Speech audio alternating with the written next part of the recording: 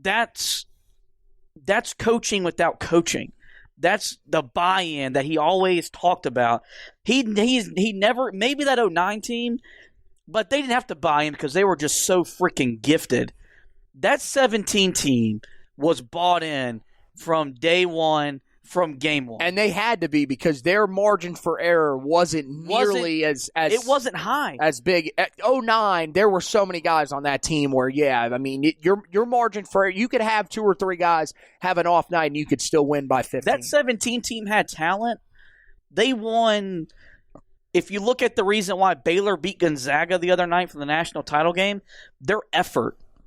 Pure will was the reason that they won the national championship off of effort, they played the way you're supposed to play the game. They played hard for every second of every minute. We all love seeing people dive on the floor and sacrifice their body. That team had no problem doing that. And that was so much fun to watch because the only people that put pressure on them to win the national championship was themselves and probably unrealistic Carolina fans. That team ceiling, in my opinion, was the second weekend of the tournament team because you lost your point guard, you lost your big man, and they went to Maui and they blew right through Oklahoma State and Wisconsin, and that's when you knew in that moment they got a shot at this. The other teams that I think you definitely look at, the 06-07 team. That team, again, you had lost just about everybody from the previous year.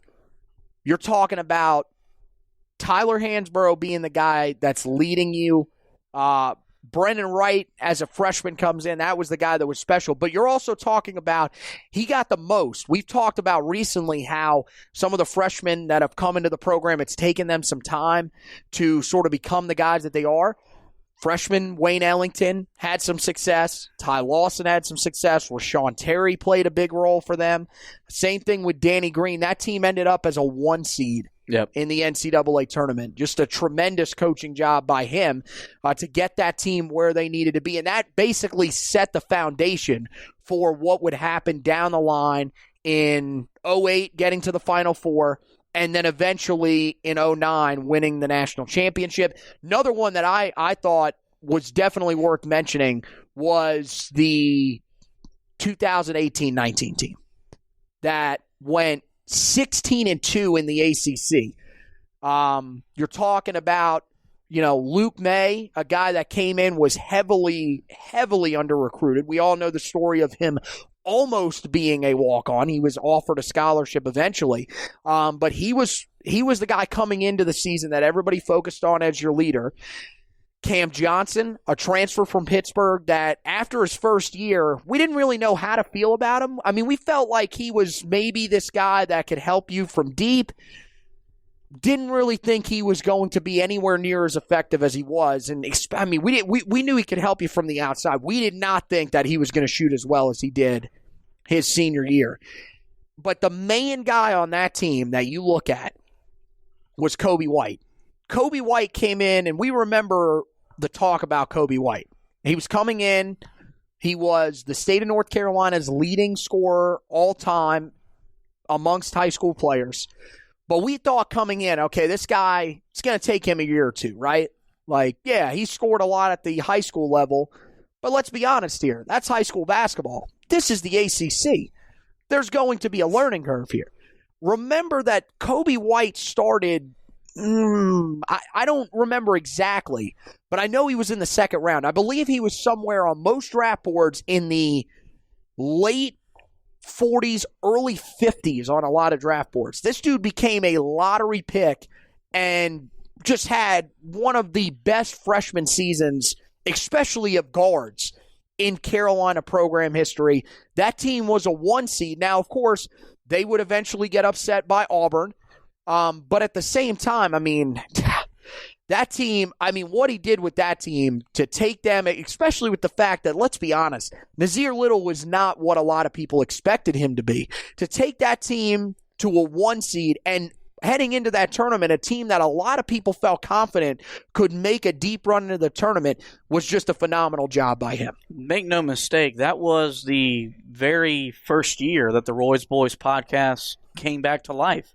There you go. And that was the reason they were successful. And I do believe deep down in my heart that he listened to things that I said on this podcast and made the subtle changes I asked him to make, because my basketball IQ is up there. I saw the changes that need to be made. And how likely do we think it is that Roy would know what the Spreaker app is? Do we think that that's a legitimate thing? Apple Podcast app. You think he knows what that is? That's Probably what he has not. Wanda for, and I think Wanda was able. Wicked Wanda is a longtime listener to our podcast. She infiltrated my knowledge into his knowledge, but those and look, there were so many years that 19 losing to Auburn sucked.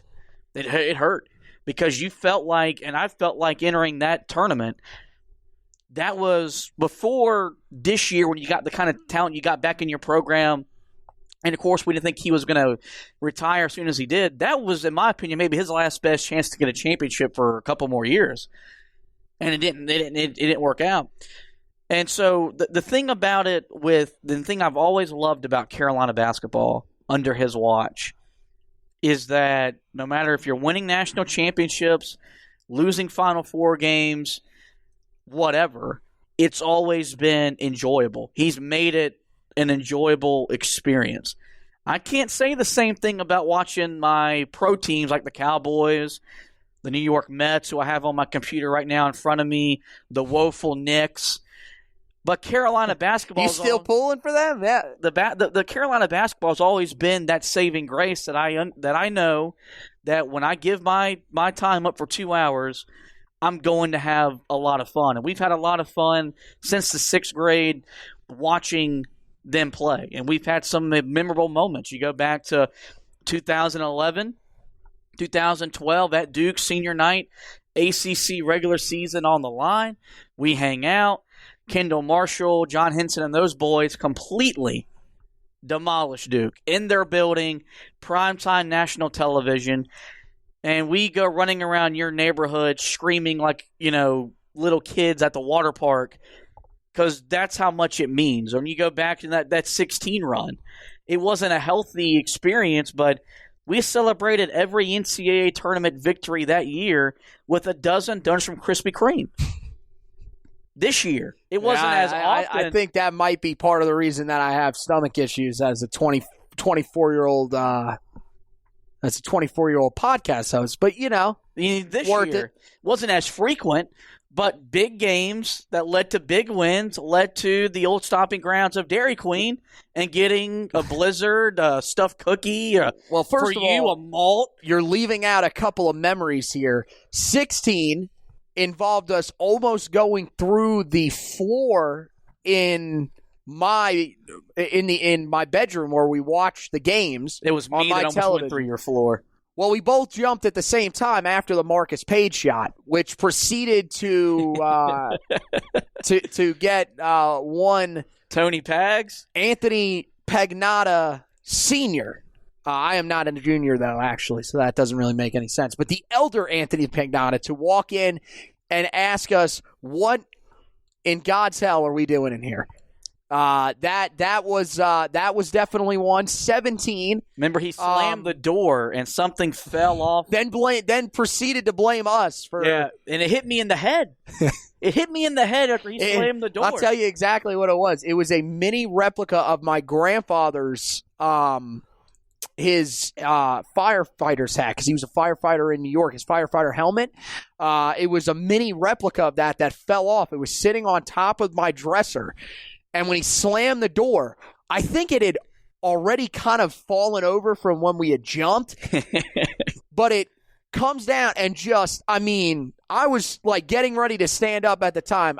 Just nails you in the back of the head. Almost knocked you out. You almost didn't get to see the final play, which, at that point, you probably would have wished you would have gotten knocked out. But, yeah, that was crazy. 17 title run. Probably the most nerve-wracking title run for sure because of everything that you'd been through the past year. I've got a Snapchat memory after that game against Arkansas, filming his post-game media availability with, I think Dana Jacobson was the sideline reporter. I actually cried after we won that game because the fear of losing had brought me to that kind of emotion. And all I'm doing is sitting there just saying, I love you as he's talking. Yeah, I remember that Snapchat. Yep.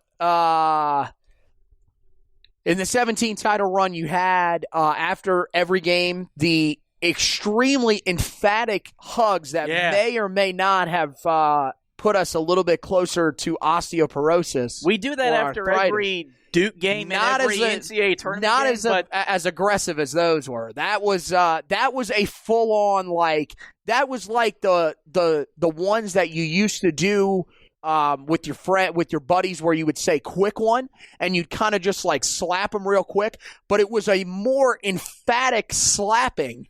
Well, you got to remember, the 17 run to the title game wasn't as easy as it was in 16. Not even close. You blew out Texas Southern to get it going, but then you had Arkansas, where you were staring at a potential second-round upset.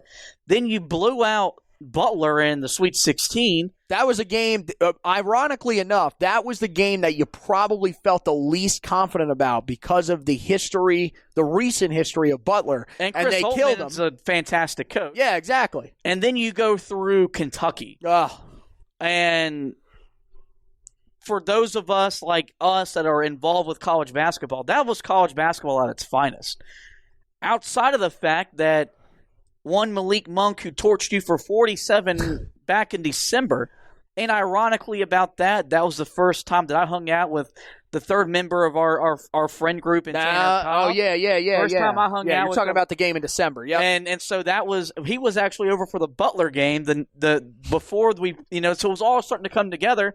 And then it was beautiful. And then Malik Monk hits a shot and you're thinking right then and there, well, you're probably going to lose because if this game goes to overtime, it's not going to end well. They're just going to give it to him, and he's just going to go off. And then one Luke May sketched his name into the record books with the jump shot that we'll never forget. And I remember that hug because you're back in the Final Four. You felt like you were... That one may not have even been the most aggressive, though. That may have been the Final Four one. Where it took two back-to-back unbelievable rebounds by Kennedy Meeks to get you to the national championship game. If he doesn't pull down the rebound, you'll lose. And I don't know if I've ever disclosed this to you. I left and went home that night, and in the shower, I cried. Strangely enough, you have disclosed that to me. Because they were... I don't think that you should have disclosed that to the podcast members. You could have just said, I went home and cried. But I mean, you had to add the scene of where you were just to take our listeners back. Just think of, 21-year-old Josh in the shower after a whoa, 3 hours of basketball and just balling because... What is happening to this podcast? The team had gotten back, which then leads us to 17. The title game that Monday, both got out of work and drove to Chapel Hill to watch the championship game in the Smith Center. Usually our trips to Chapel Hill are fun, music's cranking, we got some lively discussion, yelling at people on the road because they can't drive or whatever. With the windows up, people. We're not animals. That was the quietest 2.5 hours I've ever been in a car. Dan stood in line to get inside the Smith Center while not talking to anybody around us. I mean, you would have thought like we were playing in the game. Like you would have thought that we had earbuds in and we're listening to music or something, like just getting ourselves pumped. They're losing early in the second half. I proceed to do what I've always done for these games because I watch these at home. First of all, we switched positions that we were sitting in the chair. So you were sitting on the aisle chair. Yep. I was sitting on the second chair in the row that we were sitting in, which we were sitting up high in the Smith Center because we wanted a good view of the screen and everything. So we switch because in the setup, like where we stand in my room where we watch the game.